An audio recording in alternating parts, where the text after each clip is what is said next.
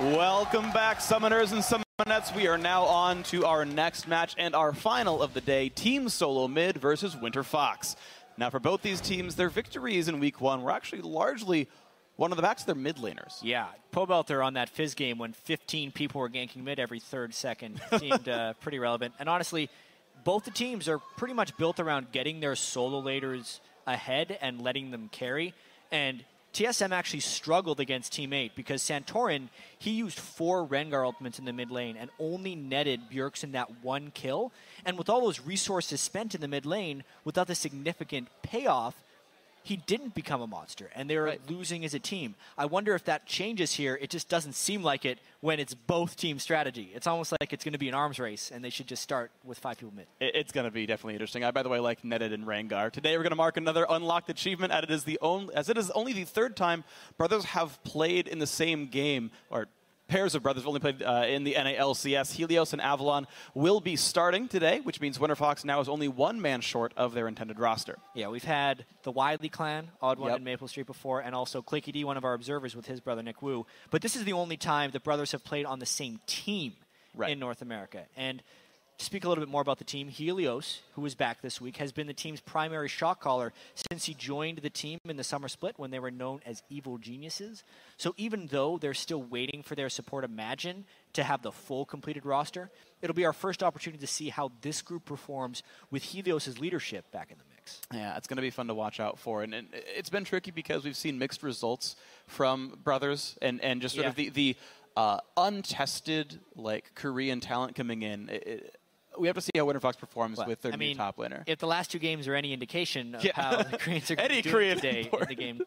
But every situation is unique. Yeah. And it's a tough first matchup for Avalon specifically against Dyrus. It's definitely going to be. But guys, we're going to check out the starting lineup for this match. On the blue side is Team Solo Mid with Dyrus in the top lane, Santorin in the jungle, Bjergsen in mid, Wild Turtle on AD carry, and Lustboy on support. And on the red side, it is again the new look Winter Fox. Avalon in the top lane, Helios in the jungle, brothers sitting side by side, Pobelter in the mid lane, Alltech on AD carry, and subbing in yet again at support is Glebe against his former team.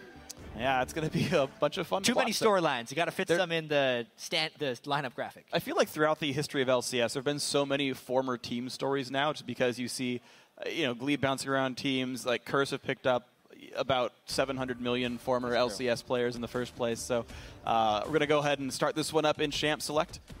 Kassadin, by the way, first ban for Team Solo Mid. Unfortunately, guys, the overlays are broken for today. Hopefully they'll be fixed for tomorrow. We will read you out the bans. The picks will show up just fine, though. Yeah, I'm expecting a couple mid lane bans in this one. Or there's the alternate of just banning out the junglers so they can't assist the mid lane very heavily. Rek'Sai was the first ban for Winter Fox. So Kassadin and now Sivir joining the pool of champions banned by Team Solo Mid.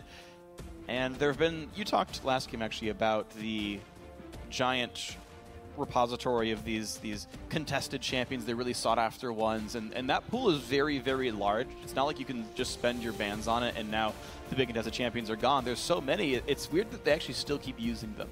Like, that they're not doing targeted bans here. Kassadin, Sivir, now Lissandra, the 3rd ban for TSM. Meanwhile, for the red side, Rek'Sai, Aurelia, and Rumble, where Winter Fox's 3 bans. Yeah, and I think, Freak, more than anything, while there is this large pool of shared contested champions, every team will have their own subset of champions that they are comfortable with or not comfortable with. That's true. And the same thing goes for what they are comfortable against. And in this case, that's just the way the bans fell down. It was Kassadin, Sivir, Lissandra, banned by Team Solo Mid, and then Rek'Sai, Aurelia, Rumble for Winter Fox. I would say, based on those bans, are very unfortunate they aren't on the screen. Sorry about that. But it's more targeted at TSM's Dyrus. And yeah, Dyrus is going to lose out on a couple of his champions here. Interestingly, we're seeing these champions paired together so often. Lulu and Janna once again picked up here, this time on Winter Fox. The disengaged poke comps happening a lot. Wild Turtle is going to get his shot at Kalista. And I actually asked him about Kalista builds a week and a half, 2 weeks ago. And what do you like? And he said he wasn't really sure between Hurricane builds or not. So we have to see which way he tilts. And you play Kalista. I love Hurricane Kalista. Well, here's the funny thing. Of all... So Kalista actually, in my opinion, has a much stronger following in the North American scene than pretty much any other region. I mean, Korea's been playing for much longer. They only had that Kalista bug Sneaky talked about on the desk for a very short amount of time, right? And they just haven't played it. Europe has seen somewhat limited play. Freeze played it over there. Yet, I feel like I'd wake up in the morning, look on Reddit, and there would either be a Sneaky highlight, a double lift highlight, or a Wild Turtle highlight on Kalista. Those three specifically, so fitting that they have all now debuted Kalista for themselves in consecutive games in the LCS. You know, I feel like Kalista is the inverse Rengar. Everyone loved Rengar, and he decided to follow the train, did a horrible job of it. We started Kalista. Our Kalistas are actually good. Well, generally, if you start the trend, you're good at it. Yeah, I'm just saying, though. We have something good in NA for once, chat. Let me have this. We're good at something over here on this side of the pond. Bix all the way here for TSM. So, LeBlanc here for Bjergsen. Dyrus gets his Maokai despite all the bans against him, and Lustboy gets his Annie. Yeah, and really fast conclusion of this pick ban phase as they really had their minds set. As far as the gank for mid lane game goes, the Rengar is a very strong ganker. What's interesting here is the Morgana counter pick to LeBlanc. Ooh. Now, this is something that is a very real counter, but we haven't seen in the LCS. Black Shield on Morgana, plus just being able to shove the wave with her puddle, neutralizes the crap out of LeBlanc. I've been waiting for a very long time for people who first pick LeBlanc. My rank 5's team in much lower elo has been destroyed by this on a couple occasions, and we've then done the inverse. It's a really strong matchup for Morg, especially in the early and mid game. And I feel like Winter Fox just took a page out of Starhorn Royal Club, by the way. You've got the Rengar jungle and a bunch of supports for an AD carry named Altek. This is the Tristana show. Like, true. Late game damage is coming from exactly one person, and it is one of the strongest AD carries in NA. Had a great performance last year on EG, even though the team didn't do so well. And we're going to hope for this guy to, again, put on a great performance here on this Tristana. It is Protect the Altek. He had a 500-plus gold per minute game when he was playing on Sivir. And he even had a pretty good performance, if I remember, in their defeat. He was the only person to really get kills. So let's just put more power into that one guy while Winter Fox still doesn't have their entire team together. Yeah. Doesn't seem like all that bad a strategy. We'll see if they can do it. The match is about to get underway, so head over to Twitter and vote for the team you think will be victorious. Send either hashtag TSM win or WFX win to @LOL Esports.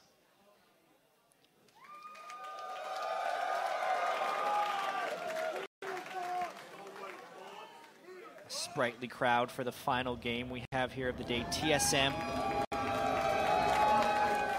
See if they can bounce back after their defeat. Both these teams on coming off a loss. Don't want to call it a streak because it is just one game. Sure. But they want to avoid a losing streak. Well, one of these teams is going to end up 2-1. One of them is going to end up 1-2. But for Bjergsen, one of the dangers in this game is facing Pobelter and his versatility. I actually think Pobelter and I have very similar playstyles. He's a player that can play a lot of different things. He likes to play assassins, but he also plays a very good backline champions like Xerath and all those kind of champions. So I can't really expect what to come out of Pobelter because he's a very versatile player who can, I feel like he can pull out anything at any time. And I just pretty much have to be able to do the same. I have to be able to counter whatever he can pull out, and I have to be prepared for pretty much any pick. So I think Pobelter is just a very well-rounded player, and I can't wait to see him grow. And it's such a great time to hear that quote from Bjergsen because that's exactly what Pobelter has done. He has pulled out a Morgana in the mid lane to counter Bjergsen's LeBlanc. So we'll see, depending on how Bjergsen plays this, some greater roaming potential, some greater assassination potential from the LeBlanc. But in the lane, Pobelter looking for a large amount of control. And I got to say, I have to commend Winter Fox's pick ban phase because this feels so well rehearsed. Right, you pick a Morgana mid, you know the damage fall off is going to be eventual. She's not there to be a damage carry, she's there as a control mage. Expected the LeBlanc pick, was ready to counterpick with Morgana, and to supplement all of that, they made sure they picked a late game AD carry so that when their mid laner fell off, their AD carry would spike up, be protected by all these shields, and carry the game for them. So a really, really nice preparation, I would say, by Winter Fox. To have winning lanes and I would say a strong team comp on the back of it. Check out this early game invade, though, from TSM. It looks like Santorin's starting red buff, a la what St. Vicious did earlier. That who will try a gank mid and then go down for blue. But Pobelter, if he doesn't have Black Shield yet, he would be in trouble. He does have that not skilling up Dark Binding. Flash stun. But he didn't get off in land. time. There's the W, flashes the knockup, but it's going to be too little too late. First blood goes to Bjergsen. Lustboy with the instant flash stun. He skilled up Incinerate on Annie, and Pobelter could not react in time to that. Also burning his flash, so that lane advantage counterpick edge he may have on Bjergsen gets set back a peg with that 3-man early game gank mid.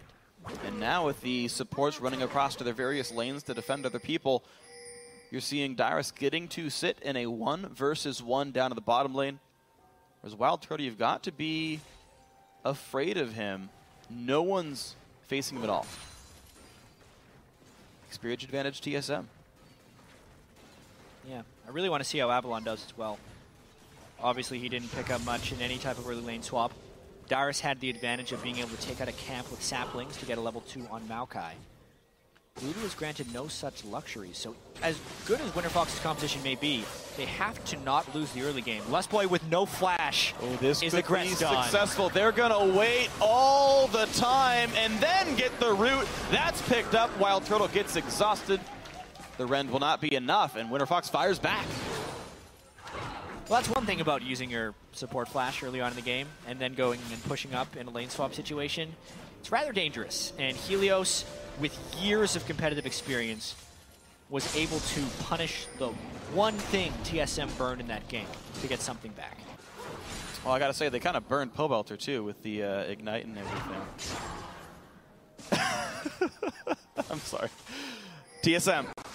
First blood advantage. They still hold a gigantic gold lead, and of course, Dyrus still happy in that lane. Wild Turtle unafraid in the 1v2 as well. Does not expect a return from, sorry, not Meteos, Helios right here. Yeah, now they're using the Callista Sentinel to try and stop those ganks from happening. They need a few more wards in the mid lane if they want to maintain their pushed up position. This is TSM in this top lane to avoid Helios from coming through the river. The other thing they can do to block the river is obviously get the Scuttle Crab down. I actually learned something recently about Scuttle Crab. So it has 60 armor and MR. If you knock it up or stun it, I believe those are the only CCs that count, it loses 50 armor and MR permanently till it respawns. Which even though Jarvan's not the best single target damage dealer, because he can knock it up, it becomes 30-ish% easier to kill after EQing it, and then just shreds the darn thing. Yeah, another thing is if you have the Krug's auto stun, that'll do it for you. Oh, true. Based off auto attacks, and then you would use your EQ to just kill it super fast. Mm-hmm. But the rotations are pretty key in this game. I wonder if Pobelter will just be left alone in this mid lane since he's not really on an assassin and is relying on the pick, and if WinterFox will do other things to try and get an edge. They're going to do this. Santorin flashes, but he's so close to dead. They can't quite chase it down. Instead, they're going to smite his camp away and say, get out of your own jungle. Nice. Preempt the mid lane gank. Get the jungler before he gets there. Santorin's out of there, and they're going to try and deny Santorin a little bit. Meanwhile, Avalon is in trouble. A lot of damage from the W passive as well. Wild Turtle, it's going to be Lustboy holding aggro. Will die, but execute. Oh, no. Wow, no damage came out from Avalon there. Even though he flashed for the finish, he never got an auto attack off onto Lustboy. He was completely focusing his spells and autos onto Wild Turtle, who was killing him. Some unfortunate events right there. And now he has no flash for his teleport. Leave his flash. Nice! Ooh. Oh, wow. Gets the W. One auto, 2 autos. Go. There's the kill. The shield from Avalon gets him an assist. So the teleport was worth it anyway, apparently. This will be a tough gank. I wonder what Helios is going to try and get. They'd have to combo a binding with the root in order to make this work, but Jarvan is on the other side. These teams love going mid. Santorin knows there's nothing seeing him. He's got the Raptor buff. There's a pink cord to even add further safety to his root. Helios flanks around. How good is... Oh, the W's down on cooldown. Just got to land it. Can he do it? Jukes, nicely done, Bjergsen. If he would have been hit by that, there's a chance he could have never flashed away for safety. Like, that was a very confident juke there by Bjergsen, because being able to chain the Rengar route into a Dark Binding from Pobelter, so even though he only has 1 point in it, would still be an extra 2 seconds from the Dark Binding. Plus ult, plus ignite may have been enough to kill him. I definitely believe it. There's actually a lot more damage than you expect from mid Morgana. And hey, to call back out to the Twitter question, the Chalice pickup there for Pobelter knows he needs to not get bursted out by Bjergsen. He's afraid of an AP burster, so Chalice instead of Morellonomicon. Holding true to the rule. This boy again looking to make a play. It definitely is a pattern. They take the player who is newest to the team in the LCS, who may be uncomfortable in their role, and they try and tilt him, honestly. It's what we've seen in these last few games. These guys have been heavily targeted. Avalon, again, his debut game for WinterFox has been under a lot of pressure here from the TSM team. He definitely has, but with Glebe here to support him, looks like they're holding in a decent spot so far. Wild Turtle farming up pretty nicely. Hurricane first, by the way. You can see the components there. Bjergsen on the roam. It's a 3v2. Down goes the engage, but they don't find anything.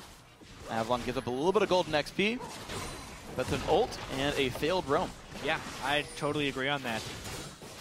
You can see the WinterFox lacking in ward control. The fact that that roam was able to happen without Pobelter getting significant mid lane pressure. Because Pobelter was respecting the ganks so heavily, he was unwilling to push up that mid lane. It means WinterFox needs to get some map control. Speaking of map control, though, one thing that does surprise me, because I just saw Dyrus TP bot lane. You typically, at this point in the game, see the top laners walk top, hold their teleport, and prepare for a dragon fight. Avalon's TP is down. He's staying top lane. In fact, Glebe's up there, too. Neither team seems very willing to push for a dragon, which you just tend to see in these lane swap scenarios. Well, we also tend to see this from TSM. If we're going to take two of their games as an example. They gave up the first several dragons against Cloud9 in their first game, and neither TSM nor Team 8 put much priority to it in Game 2 of the week. It is an objective that TSM doesn't care that much about early. It feels like. I think it's a fine way to play the game, for what it's worth. I just know that the ones that tend to be free, it's like you might as well. That's but true. Both teams, I think, gave the opportunity to allow a dragon. I think they're comfortable with the lane swaps, and the investment that they would take to do it backwards is just not worth it. That's because fair. they would lose the time and give up an edge that way. TSM wants Wild Turtle to have farm. WinterFox wants Altec to have farm. And that is happening, of course. And to have a Tristana have an uneventful laning phase. Nice go. Very, very nice. Helios, hello. Glebe and Avalon. Actually, as long as you hit it once, the move speed drops significantly, and you can usually get rid of that Sentinel before it reaches the brush, but just not quite hitting it in time. Out goes Helios. But yeah, as you were saying, with the lane swap scenarios, you're right. Altec getting a free lane on Tristana is plenty happy if you can ride out that early to mid-game lull Trist tends to have. But just keep in mind, TSM have all that free farm with Dyrus not being opposed in this lane, whereas Avalon is having a rough time. And I do really have to commend TSM for that early gank in the mid lane.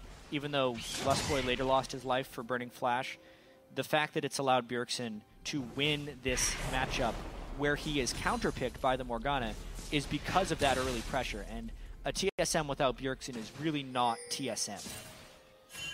Just shows how worth that first game was. That was definitely beautiful. I really, really enjoyed it.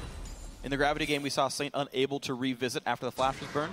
To be fair, this happened for TSM as well. They did not revisit Pobelter with the flash down, but the kill came in all the same, and it was the lead for Bjergsen. Now we're seeing ward control started a little bit over the Dragon area. 11 minutes in, we see 2 wards from WinterFox on the screen right now. It's almost like as if a switch was flipped, and they say, all right, I guess it's time for Dragon now. It was convenient for both of the guys to back at the same time, it looks like, except Altec is now trapped top lane. So no. Yeah, I was wrong. TSM said now it's time for Dragon. They didn't have teleport. Yeah. Dyrus got another minute and a half on that guy. So, yeah, still just... They're all in on Altec's farming. That's the only thing. What they did do is swap back when Hurricane came in.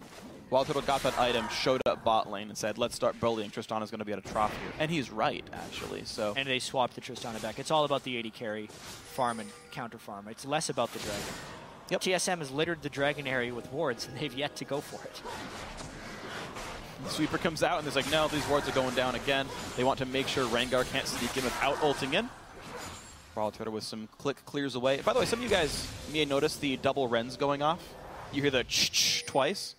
The second Ren actually deals the like reduced as though it were a stack damage. If I'm making sense to you guys, Ren basically, if there's bullets in the air, will recast when those last bullets hit.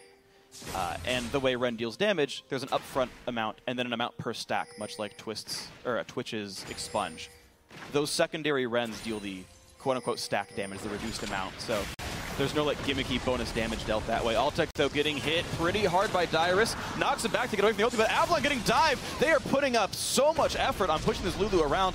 Altec takes a bit of damage. Dyrus healthier in this trade, but here comes Rengar. Uh-oh. It's going to be a flash. The Bola, I think, missed anyway. The slow lands. Helios has another route. The bot turret went down. Nicely done by Turtle, but nothing gained for Helios. Yeah, really.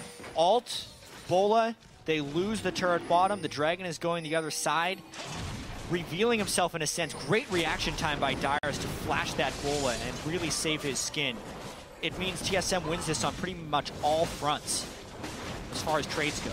Absolutely beautiful by TSM. They go for the Dragon when it's finally convenient. The early smite into the Rend. We've been tracking a little bit on the analyst desk before this game how these teams are playing around the Kalista burst. Of course, she's so good at securing objectives your team's already doing. And the thought is you don't want to smite and run at the same time. You give a window for your opponents to kill it. But you can smite it to make it die faster, you know, at a respectable time frame, and then Ren for the burst because you typically beat smite with it. And so far, these teams are doing a good job of that specifically. Yeah. Yet to see a Kalista mess up the jungler smite or something. You're like, all right, I'm going to spike it, and they get too aggressive with it, the Baron gets left with 200 health. Right. I mean, that's basically what any jungler trying to steal the Dragon will do, is they'll just smite it early, hoping Kalista was trying to rend with that number and misjudged. Right. It is the only hope they have of stealing away from Kalista. I think that's what Impaler did, I believe, if I have a player right. Well, it's Dominate, I think. Yeah, Dominate did it against... the Kalista heals. Yeah, C9, Sneaky. There we go. We got it together. And yeah, he smited it down to 500, hoping that there was an early rend or an early smite from either side. Didn't happen. Was secured by C9 in that game. It's a swap battle right here. They're only trying to deny the 80 carry farm. Everyone's running away from the Kalista, but how long can you run when they can chase you like that? Wow, knock up into Tibbers. Avalon just has nowhere to go. The Rend, 2 more autos will do it, and Wild Turtle gets the kill. Beautiful chase. Absolutely, Avalon had no backup. Helios, nowhere to be found. Even if he was there, he may have just found himself another death to Kalista's hand. This is really going in the favor of TSM. They got control of the mid lane first, and they're almost systematically trying to shut down the Winter Fox carries. Pobelter was shut down at the start. They're chasing Altec around, and when they don't find Altec, they dive Avalon. Oh, hold on. Speak about getting shut down. Bjergsen forced to flash away, just gets away in time before the ulti ticked on him. Good play, Pobelter. The early pressure being turned around. Yeah, but look at what they're losing on the rest of the map. Just from Avalon getting destroyed in these lane swap situations. I mean, think about it. This was a very similar investment. 2v1 top lane meant a kill and the turret going down. 2v1 bot lane, eventually Dyrus has to leave, but just the progress being made by Wild Turtle. Yeah, okay, Pobelter, his shield will be up. Lust Boy's alone so far. All's well. We can hope to try and turn something a little bit even. Pobelter does have that blue buff and a beefy black shield just based off ability power. He's not even skilling it. Forced to flash away though, Lust Boy. Oh, the knockback into the team. Is that a dead Annie? Nope, Kalista says no thank you. Rengar joins the fray, but down goes Pobelter. Helios also gonna join him in Undeath. Altec forced to run away, 2 for 0 TSM. Fight just went completely wrong for Winter Fox right there. It all started because Pobelter had lost his black shield, and because they tried to get a catch, but Wild Turtle was one step ahead with the Kalista ultimate. Let's see how much TSM can take off this edge, because this game's getting out of hand. Bjergsen looking to harass, nearly brings down Altec. The shield is late from Avalon. And just more pressure. Team Solo Mid playing this incredibly well. Central and recalls on a ward. No fear. Why doesn't he kill it? I feel like he should kill that. He's continuing the trend of North American junglers recalling the most awkward places possible. We'll see. Maybe he'll get it. Maybe he'll get it later. I have faith. Wild Turtle will get it. He was saving the gold for his 80 carry. A true supportive jungler. Taking a look at this fight again. The idea was great from Glebe. getting Lustboy back and then going straight in. But then the counter engage was even better, since after the counter engage happened, there was no peel ult from Glebe because he used it to engage. At that point, the gold lead from TSM and the combat stats were too much for them to take down. It just goes to show you the number of games these teams are playing in scrims against Callista. Like, now let me tell you, there are a few spots on the map where wards are bugged and you can't see through the fog of war. That is not one of those spots. That ward is clearly visible from pretty much every single angle in that brush. So it is just TSM or Santorin missing out on killing that ward. Bam. That one. They destroy the Vengeance. And the only way you don't see a ward is if wards just basically draw lines. So if you can't have a straight line of vision, if a wall cuts it off, even if you're in the same brush as a ward, you won't be able to see it. Or wards only see a certain distance, and these bottom lane brushes are so long that you can have a pink ward at the very front of one. It doesn't mean the very back of the brush isn't warded, because the pink ward vision radius does not reach that far. Right. Just explaining ward vision a little bit. Right, of course. There's some confusion on the topic. Hey, I talked about Rend for a while, so can't really hate you for this one. Nice little poke. Belcher takes a spear to the back of the head and backs up a little bit. Finds Dyrus, though. He's a bit over-aggressive. The whole team jumps in. It's a 1v4. Dyrus in the wrong place at the wrong time. Good pickup. That goes to Altec. Boy, did they burn a lot for that kill, though. But all is well that ends well. If Altec can get some farm, he needs to hit a few more item breakpoints, however, before he becomes a real threat. And that's the scary thing, is he's also up against an early Frozen Heart from Dyrus. He is being as tanky as possible. Oof, that's brutal. Yeah, Wild Turtle's going to be carrying a lot of the damage burden here. Of course, Bjergsen can help as well. Looks like DFG is next. Thank you, Bjergsen. And now bot lane tier 2 under fire despite getting a kill. TSM completely in control of this map. They're getting a turret uncontested entirely. I mean, if we think about it, they've already burned all their damage to kill Maokai, so they don't even have, even if they had people here, they wouldn't have initiation threat to push off that turret. It was a smart map movement and lane to push by TSM, but it looked even better because WinterFox wasn't responding to it. Wow, and there we go, a blue buff on top of it, just so much being gained. Bjergsen gets the buff himself. Team Soulmid well in control. Now the dragon respawns. They're going to go for this one too. That should make it 2 dragons. Wild Turtle leaves the pit early, and he's going to say, you know what? You can just whenever. No rush.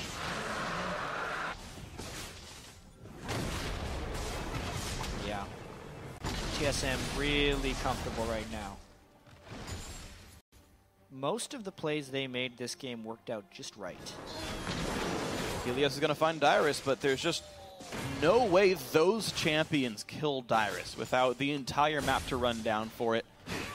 Bjergsen able to easily wave clear. These lanes are all under control. Altec tries to push the bottom lane down, but there's room for TSM to sweep this wave back up. And the thing is, I feel like WinterFox do just have to wait around for a while. The power of LeBlanc is quite high right now. DFG just came in. You really don't want to fight her at this point in time. Tristana still needs another full item to be completed before she's going to be a real threat to someone like Dyrus' Maokai. Yeah. The execution from WinterFox just hasn't been there this game. Avalon, not comfortable in these lane swaps, is definitely what it feels like. Yeah, but boy or TSM. Yeah, I mean, Avalon got dove 2v1. It wasn't even a 3-man gank. He was just Wild Turtle in a compromising position. Wild Turtle Lustboy made a nice play with the Callista Annie combo. So with a 5,000 gold lead and no threat of Tristana just yet, TSM retain control. They're 5 turrets in, meaning only mid-tier 2 is standing. They've held Immaculate Dragon control, albeit starting late. They are so far setting up Baron control pretty darned early. They do have the vision blacked out, I believe, but they don't have a lot of wards in Northern Jungle to watch the counter attempt.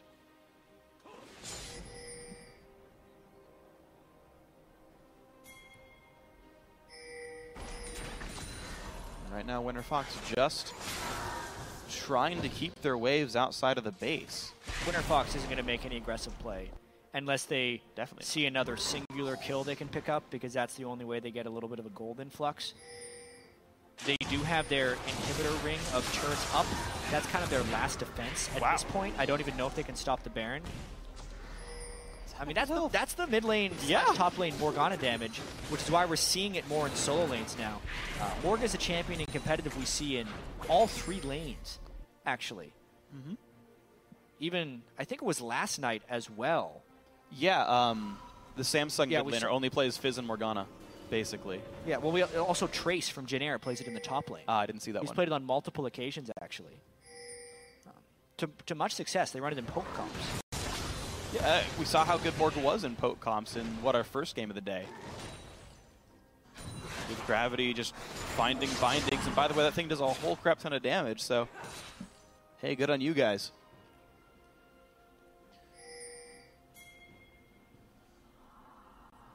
And now let's see. 5,000 gold lead, holding pretty standard actually. The minions are getting traded back and forth without contest, so it's really easy to wave clear back and forth. The question is, where does the ward control go from there? Because TSM are always clearing the waves first, getting the vision deeper in, requiring enemies to sit there and babysit the waves, and then wards come down when that happens.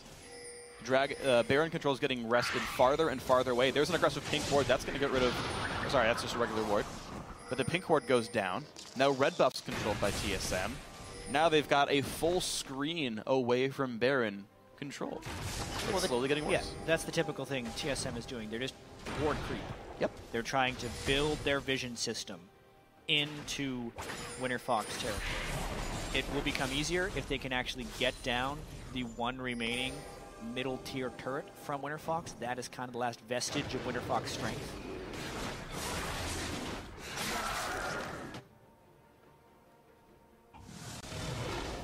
Okay, here's the first attempt. That is not an initiation ultimate. That's a, we have no idea where TSM is. Let's hope to find them. They're right there. It was somewhat successful by Helios. So Dyrus takes some damage. Yep, he sees him. They leave safely. Now, interestingly, Dyrus does not have, well, now he has a null magic mantle, but almost had no magic resist at all. He actually took a decent chunk of health from the Morgana shots. Yeah, well, the fact is, Morgana has low late game damage and needs to focus it on the squishy targets. Oftentimes you'll see the Morg flash in and go. Without his Zhonya's, that's not even a possibility. And if he's bursting down Maokai, then okay, the carries from TSM would then proceed to destroy. Well, okay, so Helios in the middle of nowhere, forced to recall back. He was afraid TSM completely hold vision control. It's a Baron they should be no wards. And now does Winterfox choose to just rush down for an inhibitor as a trade for Baron? There's no way they can stop this. They are going to send themselves to the bottom side of the map. TSM will get this Baron without contest. The question is, how much can Winterfox get as a payment for this? One turret. And I don't think they could hope for much more. This Baron was an inevitability based on TSM's map control and current team fight potential. Winterfox got the best they could out of this. One turret, the Baron was going down anyway. Now it's just a defense game. 3 minutes of defense until about 28:30 into the game. Baron buff is going to keep TSM ahead and able to siege against Winterfox. Despite their comp being a little bit short range, the Baron buff on minions should make this much easier for them. Quicksilver sash grab by Wild Turtle early on to make sure he doesn't drop down to Rengar Bolas or Morgana bindings. Yeah, Brutalizer as well. That's a new one. Yeah. Well, he knows there's not much armor being built on Winterfox, and if there's low armor values, the Brutalizer can be a better armor penetration item than the Last Whisper. True. And if he upgrades that into a Ghost Blade, then it gives him even more mobility on the super mobile Callista. Yeah. I really can't hate on Yomu's Callista. I can totally see it. Here's a dragon attempt. And no worries at all for Wild Turtle. Just going to make it look cool. He can solo this, of course, with plenty of lifesteal thanks to the Bloodthirster. Drastic to the Ruin King. Yeah, there you go. 2,000 damage Rand, no problem.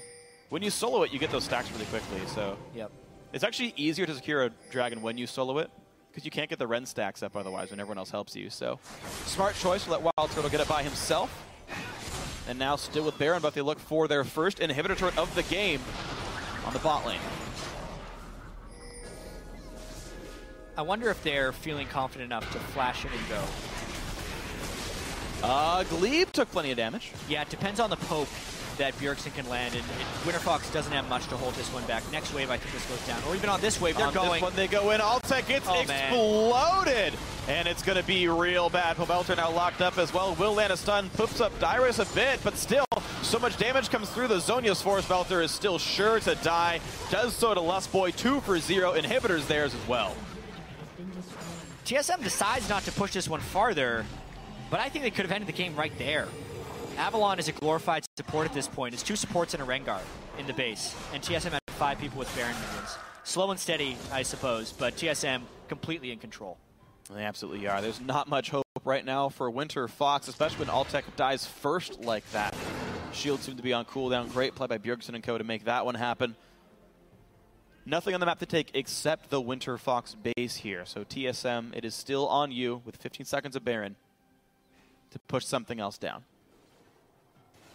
Top lane. Why not? Let's go. Maybe they need to wait for Wild. No, Wild Turtle's only got 1,000 gold. They're going to pick up some buffs on the way.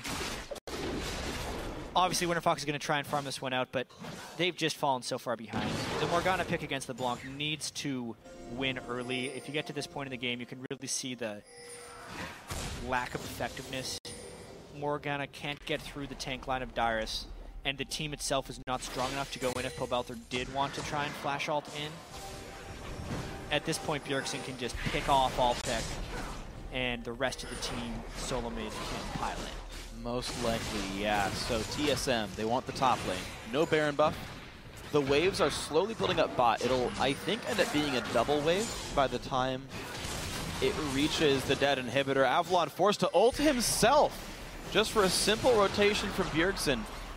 Not good. Yeah, Bjergsen's got his blue buff up as well. So, I mean, he's got 15 seconds at this point before he can do that again. So every wave, Bjergsen brings someone down to 1/3 health.